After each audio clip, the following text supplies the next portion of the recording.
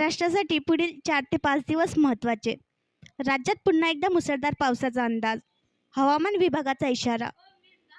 गेल्या काही दिवसांपासून महाराष्ट्रात पावसाने हाहाकार माजवला असून महाराष्ट्रातील बऱ्याच भागांमध्ये पूरस्थिती निर्माण झालेली आहे व झालेल्या मुसळधार पावसाने जनजीवन विस्कळीत झालेले आहे.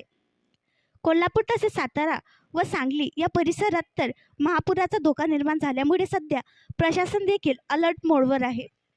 या सगळ्या परिस्थितीमध्ये मात्र गेल्या 2 ते 3 दिवसापासून राज्यातील काही भागांमध्ये पावसाने विश्रांती घेतल्याचे चित्र होते. आता या विश्रांतीनंतर पुन्हा पाऊस जोर पकडणार असल्याचा इशारा हवामान विभागाच्या माध्यमातून देण्यात आलेला आहे.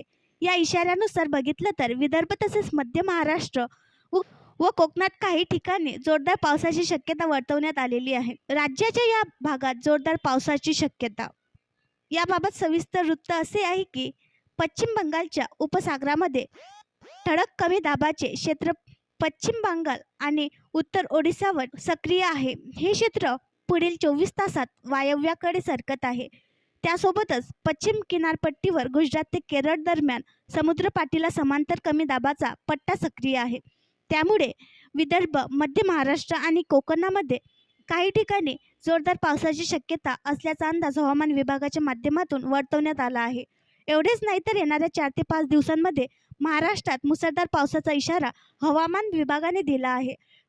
पुणे हवामान विभागाचे प्रमुख के.एस. होसाळीकर यांनी याबाबत ट्विट करून माहिती दिलेली असून या ट्विटमध्ये 27 जुलै ते 30 जुलै या 4 दिवसांचा हवामान अंदाज त्यांनी नकाशाच्या माध्यमातून दर्शवलेला आहे. पुण्याला पुन्हा अतिवृष्टीचा इशारा. पुणे जिल्ह्यामध्ये पावसाने थैमान घातल्याचे चित्र आहे व अनेक ठिकाणी जनजीवन विस्कळीत झालेले असताना पुन्हा पुणे जिल्ह्याला पावसाचा ऑरेंज अलर्ट जारी करण्यात आलेला आहे. विशेष करून घटमाथ्याच्या परिसरात मुसळधार ते अतिमुसळधार पावसाचा इशारा देखील हवामान विभागाने दिला आहे. यासंबंधीची माहिती पुणे हवामान विभागाचे प्रमुख के.एस. होसाळीकर यांनी दिली आहे. आणखी नवीन व्हिडिओ पाहण्यासाठी आमच्या देशमुख एक्सप्रेस न्यूज चॅनलला सबस्क्राईब करा, लाईक करा आणि शेअर करा.